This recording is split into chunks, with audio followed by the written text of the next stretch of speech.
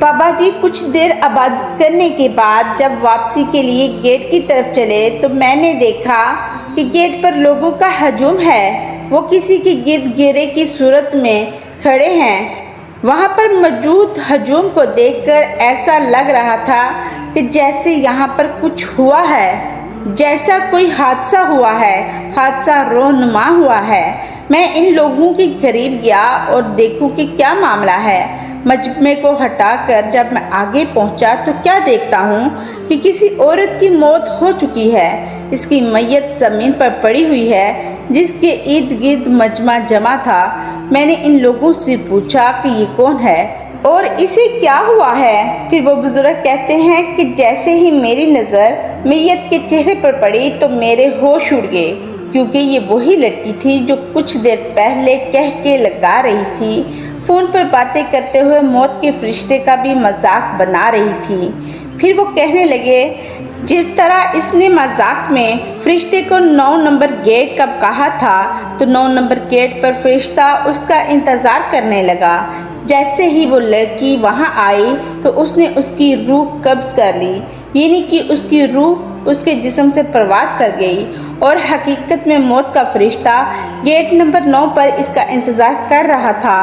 اس سے یہ بھی معلوم ہوتا ہے کہ مذاق میں بھی موت کی تمنا نہ کریں، جبکہ یہ بات بھی 100% درست ہے کہ کعبہ معذب انوار الہیہ کے نزول کی مرکزی جگہ ہے، اس لیے عالم اسلام کے تمام مسلمان کے لیے قابل احترام ہے۔ یہی وجہ ہے کہ مسلمان خواہ زمین کے کسی بھی خطے سے تعلق رکھتے ہوں اور اپنی حیثیت کو سمجھ کے مطابق اس کا ضرور احترام کرتے ہیں، اس کی طرف پاؤں تک نہیں پھیلاتے، ادھر منہ کر کے تھوکتے بھی نہیں۔ تھوکتے وقت وہ اپنا رخ پھیر لیتے اور اس حالت میں اپنی پشت بھی اس طرف نہ کرتے۔ یہ عام مسلمانوں کی حالت ہے، لیکن جو اہل نظر ہیں اور خانہ کعبہ کے صرف در و دیوار کو ہی نہیں دیکھتے بلکہ اس کے انوار و تجلیات کا مشاہدہ بھی کرتے ہیں، اس کا معاملہ ہی کچھ اور ہے اور اس انداز سے احترام کرتے ہیں اور ایسے ادب و ضوابط ملحوظ خاطر رکھتے ہیں جو عوام کی سمجھ سے بلا اثر ہوتے ہیں۔ یہی وجہ تھی کہ صحابہ کرام حج کرنے کے فوراً بعد اپنے شہروں کی طرف واپس لوٹ جایا کرتے تھے۔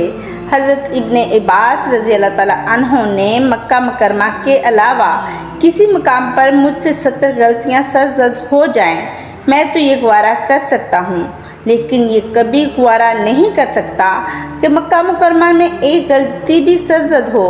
اس لیے آپ طائف میں رہتے تھے تاکہ اگر وہ خانہ کعبہ یعنی مکہ مکرمہ میں رہتے تو ان سے کہیں کوئی غلطی سرزد نہ ہو جاتی۔ اس لیے انہوں نے اس غلطی سے بچنے کے لیے کہ اللہ کے گھر میں مجھ سے کوئی غلطی نہ ہو جائے، وہ طائف میں رہتے تھے۔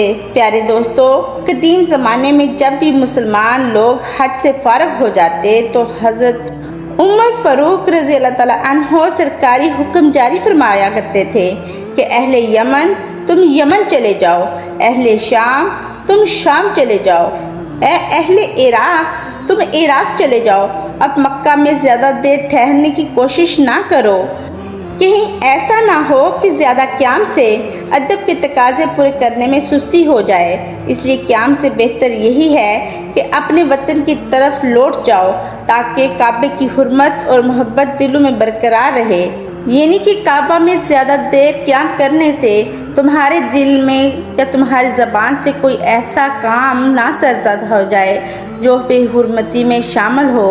اس لیے اس سے بہتر ہے کہ تم لوگ واپس اپنے اپنے وطن واپس لوٹ جاؤ تاکہ کعبے کی محبت تمہارے دلوں میں برقرار رہے۔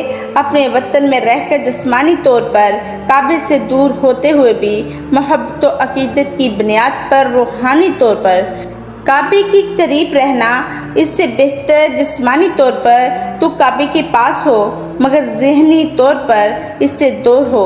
اس کیفیت سے کعبہ شریف کی بے حرمتی ہوتی ہے۔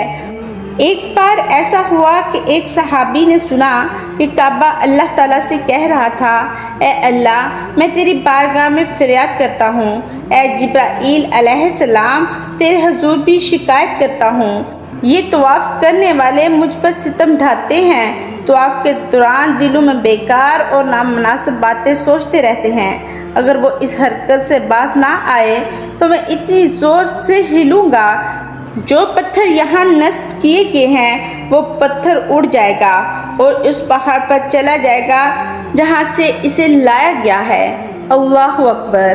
پیارے دوستو، اس بات کا ہمیں خیال رکھنا چاہیے کہ آنے والا وقت قبولیت کا وقت بھی ہو سکتا ہے، اس لیے اللہ تعالیٰ سے جو مانگیں اچھا مانگیں اور اچھے کی دعا کریں۔ ہنسی مذاق میں بھی اپنے لیے کوئی ایسی چیز نہ مانگیں جو ہمیں تکلیف دے۔ اس لیے اللہ تبارک تعالیٰ سے دعا ہے کہ اللہ ہمیں نیک سوچنے اور نیک چیز مانگنے کی توفیق عطا فرمائے۔ آمین یا رب العالمین۔